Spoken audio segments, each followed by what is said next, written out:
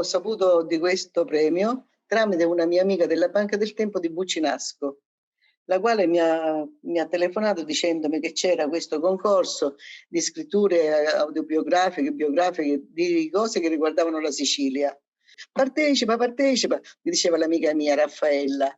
E allora io era una cosa nuova per me, non mi interessava, non sapevo da dove cominciare. E lei mi ha mandato tutti gli estremi del concorso, da Milano, da Buccinasco. Quando ho letto gli estremi del concorso, ho visto che il concorso si svolgeva a Catania. Pensa, se non fosse stato per la mia amica Raffaella di Buccinasco, non l'avrei saputo in nessun altro modo. Quindi, visto che era Catania, ma se qua è così vicino, lei mi invogliava a partecipare. Io avevo già scritto qualche racconto, ce l'avevo nel computer e dissi va bene, adesso ci provo. Ho preso uno dei miei racconti, l'ho inviato e ho avuto rapporti in quella occasione con Maria Crivelli, alla quale io ho detto le mando questo racconto, non so se ne vale la pena perché io mi sono sempre sottovalutata e quindi disse se casomai non vale la pena lasciamo stare tutto così com'è, altrimenti partecipo. E invece lei mi ha risposto dicendomi che le era piaciuto, se ne avessi avuti altri potevo partecipare con più racconti, insomma mi ha invogliata pure lei. E così mi sono convinta, ho preso dei miei racconti, 10 addirittura ne ho presi, e li ho mandati all'associazione Le Stelle in Tasca. Questo titolo, Le Stelle in Tasca, mi è subito piaciuto, perché è bello, avere le stelle in tasca, è un sogno. Ognuno di noi vorrebbe avere tante stelle in tasca. E quindi ho partecipato con questi racconti, ma poi non ci ho pensato più. Quando invece la Maria Crivelli, dopo tanto tempo, mi ha chiamato per dirmi il risultato della giuria e mi ha detto che ero stata prima classificata con menzione di merito, ma io mi sono messa a gridare, diceva mio marito, ma sì, ma è mai possibile? Proprio io, non ci credo, non è possibile. E piangevo di gioia, incredula e gioiosa.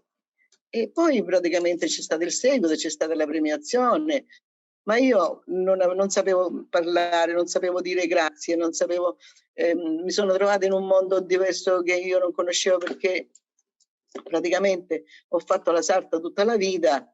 Scrivere questi racconti era nato così spontaneamente per una cosa che era successa in un convegno, ma io li chiamo tutti regali di Dio perché veramente il Signore mi ha fatto la grazia di farmi vivere e darmi il tempo di fare tante di quelle cose che io avrei voluto fare e non ho potuto fare durante la gioventù perché il lavoro di sarta mi impegnava giorno e notte.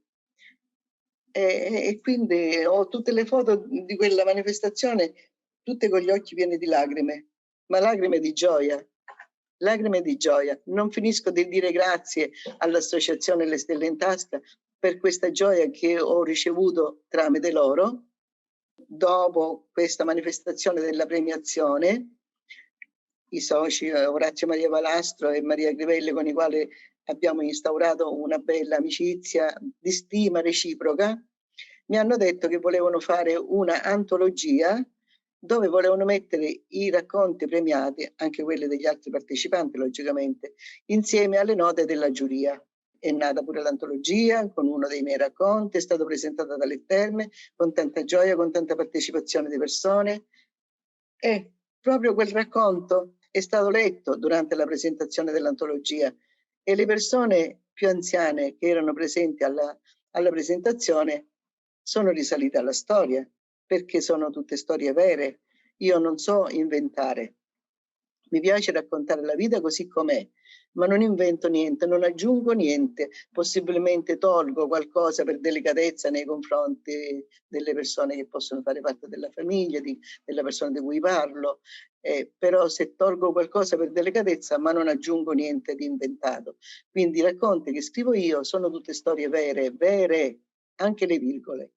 Cambio forse alcune volte i nomi, ma per ovvie ragioni. In alcune manco quelli cambio, manco i nomi. Mi viene difficile pure cambiare i nomi. E così è stato un successo pure la presentazione di quella prima antologia che hanno fatto l'associazione Le Stelle in Tasca con tanto successo e gioia. E allora quel giorno per venire a Catania io avrei voluto con me tutti i miei parenti, tutti i miei amici, i soci della Banca del Tempo, però tutto non poteva essere. Una suora che adesso ancora è qua dalle Terme, si chiama Suor Mariella, mi ha detto ti accompagno io col pulmino della scuola, così possiamo mettere più gente. E sono venuta giustamente la mia famiglia. I soci della Banca del Tempo mi hanno trovato delle scuse. Mi dicevano che qualcuno ci faceva male la testa, alcuni ci faceva male lo stomaco, e invece poi li ho trovati là a Catania, nella sala, nel Palazzo della Cultura.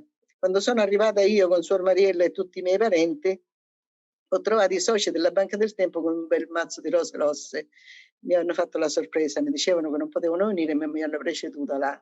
È stata tutta una giornata di grandi emozioni. Come ripeto, non ho una foto senza gli occhi pieni di lacrime di quella occasione, perché anche se già avevo superato la cosa all'inizio, quando mi hanno comunicato di questa vincita che non mi sarei aspettata mai in vita mia, anche il momento della premiazione è stata emozionante al massimo. Non sono riuscita nemmeno a dire grazie a chi aveva organizzato tutto quello, a memorizzare delle cose che avrei voluto memorizzare, ma continuo negli anni a dire grazie a